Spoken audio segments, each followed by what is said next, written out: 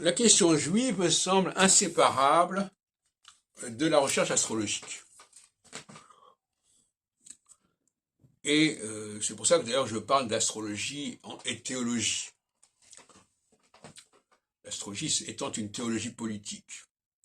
C'est-à-dire l'idée que la nature doit être instrumentalisée par l'homme. Débat qu'on a eu ce matin avec Alain Finkielkraut, mais dans d'autres termes. Instrumentalisée, ça veut dire qu'elle doit être transformée en tant que telle, mais que son utilisation dépend de l'homme. Le rôle qu'il attribue à tel et tel facteur naturel dépend de l'homme et n'implique pas forcément ce qu'est l'objet en lui-même. Alors on me dirait que c'est une approche non scientifique. Je suis désolé, je veux dire que si les hommes se sont programmés d'une certaine manière au cours des millénaires, ça devient de la science de les étudier. Hein. Bon.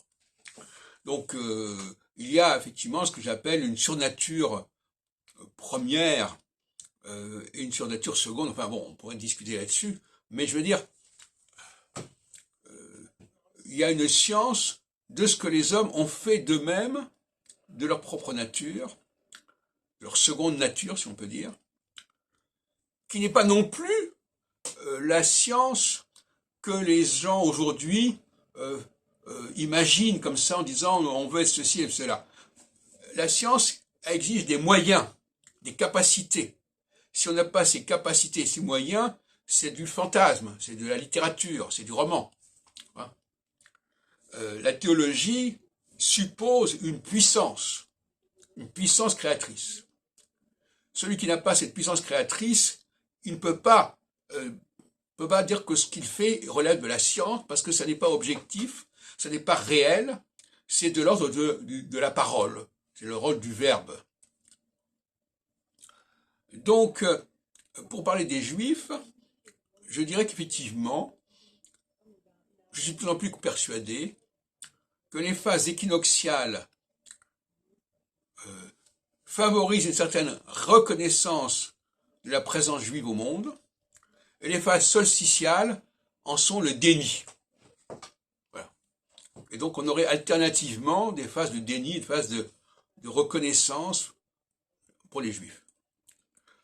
Alors, ça veut dire aussi que les Juifs ont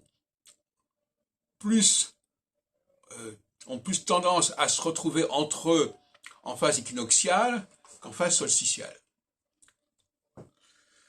C'est-à-dire que la synagogue devient un repère important en phase équinoxiale, que Israël devient un repère important en phase équinoxiale, et en revanche, qu'en phase solsticiale, les Juifs ont tendance à se mettre un petit peu, à s'assimiler, à se perdre dans le paysage, et ne pas trop faire parler de leur spécificité. Voilà, donc c'est effectivement, il y a là une alternance intéressante, et qui va même au niveau spatial.